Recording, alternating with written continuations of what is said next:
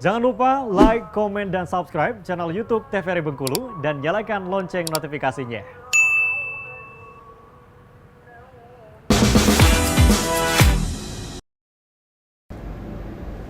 Terima kasih pemirsa, kita lanjutkan kembali obrolan kita bersama dengan Ibu Vera di obrolan pas di sini hari ini ya.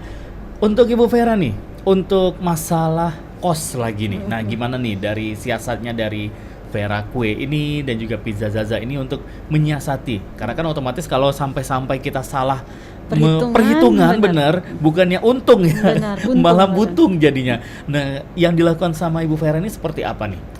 Nah, kami memang menggunakan pembukuan, tapi secara sederhana sekali.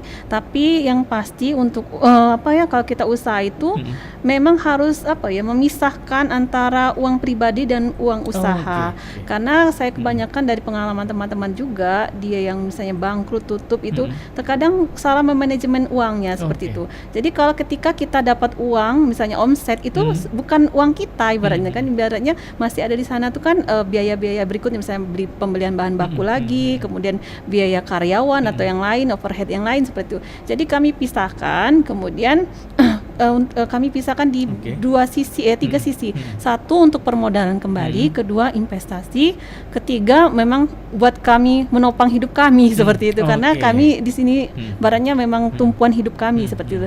Nah, investasi itu maksud saya bukannya yang misalnya beli apa seperti itu. Jadi beli rumah. Jadi itu khususnya buat misalnya ada kerusakan, kemudian pengen beli tambah alat, kemudian saya juga berkomitmen sama suami, alhamdulillah tidak memiliki hutang. Jadi saya lebih lebih usahanya lebih mengandalkan mengandalkan Allah juga sih sebenarnya, ibaratnya itu menggunakan uang yang ada seperti itu. Tidak kalau mau upgrade mesin cetak misalnya, nunggu uang terkumpul dulu kembali baru betul. Jadi usaha kami itu nggak seperti yang sekarang tuh kan misalnya alhamdulillah mereka kan enak didukung modal. Kalau kami tuh memang dari merangkak seperti itu, jadi nggak brek seperti itu. Jadi kami ada tahap tingkatannya seperti itu, nggak alhamdulillah tuh bisa survive aja udah syukur, apalagi di saat COVID seperti tentunya seperti itu. Nah, kalau kita berbicara pada saat COVID ini kan otomatis semua lini memang benar-benar perekonomian berdampak sekali. Turun, bisa dibilang bukan lagi turun drastis, mati suri gitu. Nah, langkah apa nih yang dilakukan sama Vera Kue ini? Nah, kalau untuk pada saat COVID itu oleh-oleh memang amburadul sekali omsetnya, karena pada saat COVID itu satu tagihan kita udah orang juga banyak toko tutup, gimana kita mau nagihnya lagi Mas ya. Kemudian cara saya mensiasati saya karena saya juga ada basicnya di kue-kue basah, alhamdulillah saat itu tuh banyak juga orang tuh suka ngirim-ngirim kan, alhamdulillah saya bisanya bikin paket-paketan misalnya buat orang yang di isolasi seperti itu kan. Nah, jadi saya bikin makanan yang memang buat buat hantaran mereka seperti itu misalnya. Jadi yang kemarin tuh lebih alhamdulillah justru omset saya lebih banyak di COVID seperti itu. Balik lagi adalah kita harus up to date dengan apa yang terjadi saat ini gitu. Jangan menyerah ibaratnya. Nah, dari sana juga misalnya saya tuh berkembang, misalnya bikin kue-kue kue asin yang frozen kan belum banyak, misalnya kayak pastel frozen, kemudian mayo frozen. Jadi kan kalau buat yang isolasi itu kan tinggal kirim, misalnya dia rumah tinggal dia konsumsi. Jadi di sana saya ngambil strateginya. Pada saat COVID ada orang yang mungkin terdampak COVID, terkena COVID, jadi harus isolasi sendiri. Jadi keluarganya mau ngirimkan kue, tinggal order sama Ibu Vera. Apalagi pada saat Lebaran itu alhamdulillah saya aturannya nggak bisa bikin parcel, bisa jadi jual parcel gitu Mas.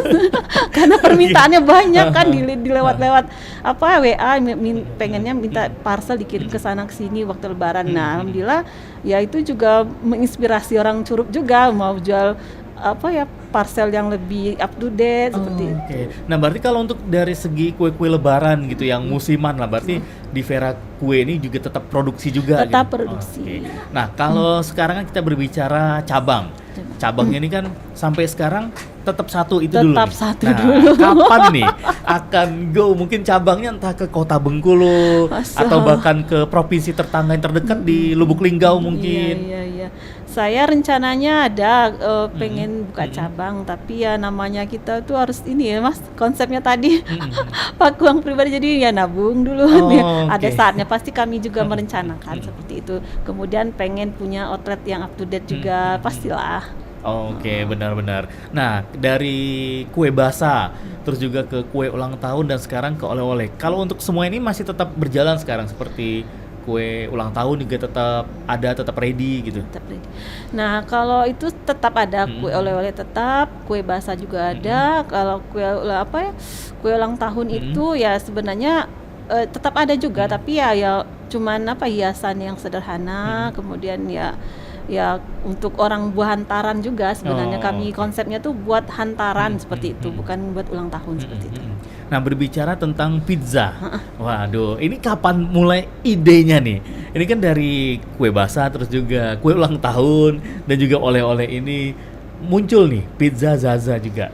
Nah, Pizza Zaza sebenarnya itu bermula pada saat suami saya sudah resign. Kan dia memang kerjanya itu di bagian Western cook seperti itu, masak-masak. Dia tuh kalau di Brunei bikin masakan Eropa khusus orang-orang tambang drilling yang orang-orang Asia Eropa seperti itu. Jadi dia bagiannya sana. Jadi saya pikir daripada kerja sama orang, coba kita buat pizza ya, tapi sesuai dengan seleranya kita seperti itu, disesuaikan sama kita. lidah kita. Jangan sampai kayak yang Itali banget seperti itu. Alhamdulillah waktu belum ada yang pizza yang konvensional di sini, itu orang Bengkulu banyak loh Mas yang beli di tempat kami seperti itu. Oke, karena Jadi lo travel chefnya sendiri, suami sendiri yang sudah terbiasa gitu. Iya, memang sudah terbiasa seperti oke. itu. Memang dia tuh di bagiannya dia. Jadi itu tuh juga konsep kami juga. Kalau misalnya punya uang, kami juga pengen nanti pizza itu sebagai pizza pertama di Curug, tapi ibaratnya tuh tetap ada kombinasi, tapi ibaratnya pengennya legend seperti itu. Oke. Menjadi pizza yang legend yang Legend ada di ya, kota memang, Curug ini. Iya, padahal memang ya biasa aja sih bahannya, tapi ya itu yang membedakan pizza kami ke tempat lain itu dari sausnya sama ini adonan pizzanya. adonan pizzanya. Kadang-kadang kan orang kita ketemu kan ada yang lembek kayak roti banget, kalau enggak keras, crispy seperti itu. Jadi kami yang middle, dia lembut tapi ini elastis seperti itu. Oke, memang ada ciri khasnya Ada ciri tersendiri khas nih. tersendiri. Nah, kalau sejauh ini nih Bu Vera, mulai dari awal merintis 2013 terus juga sampai detik ini, kalau di bidang kuliner ini kendala-kendala yang ditemuin sama teman-teman UMKM atau juga Ibu Vera sendiri ini seperti apa nih Bu? Kalau kendala kami sama di UMKM lain, yaitu kalau modal itu relatif ya, tergantung kitanya Mas. Kalau kami tuh kesulitan tuh dari ongkir Mas.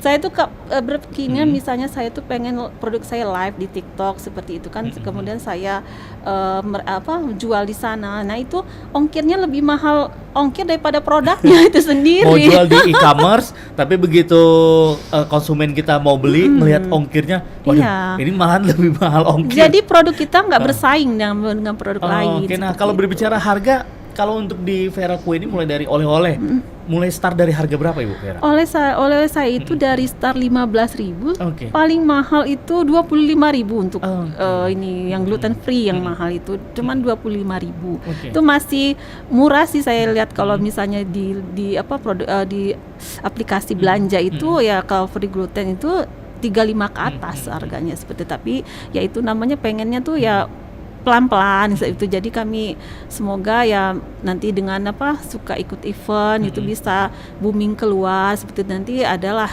kita secara strategi mungkin cari reseller keluar seperti itu kan. Oke, betul-betul. Berarti kalau untuk yang produk yang dibawa saat ini mulai dari harga 15.000-an. 15.000. Oh, 15.000. Nah, di sini ya sampai itu kalau di sini sampai 22.000. Oke, 22.000 untuk yang mana nih Bu? Yang ini. Maaf. Yang pisang jantan cookies ya. Ya, paling ini ibaratnya yang memang benar-benar ini andalan nih. Iya, yang menjadi produk pertama ya, karena yang saya tahu juga kemasan dulu bukan seperti ini, dan sekarang up to date ya Ibu Hera ya. Wah, keren. Mungkin itu perkembangan zaman juga, jadi biar konsumen itu di-refresh dulu lagi. Dari segi kemasannya. Wah, keren. Jadi mengikuti karena segmennya anak-anak, jadi harus eye catching yang disukai anak-anak seperti itu. Oke, membuat anak-anak tertarik. gitu. Benar, Nah, ya. kalau untuk event-event ini kan juga seperti siasat marketing juga. Berarti Bu Vera ini juga ikut-ikut misalnya ada pameran di provinsi Iya, mana gitu. suka ikut. Mhm. Nah, jadi kalau pameran tuh biasanya kami difasilitas oleh Mhm, pemerintah. Terkadang mereka sendiri yang pameran ke Jakarta, Oke. terkadang kami sendiri diundang seperti itu. Oke, terkadang ada yang produknya saja yang berangkat. Iya, produknya Oke. saja. Kalau lebih ke Hmm, pemerintahan, mereka yang ibaratnya mereka yang membawa produk kami seperti itu. Oke. Dan kalau di Curup sendiri bagaimana ya untuk ini kan otomatis menjadi jajanan juga nih, Ya, benar. jajanan sehari-hari Jajanan, masyarakat benar. Kota Curup.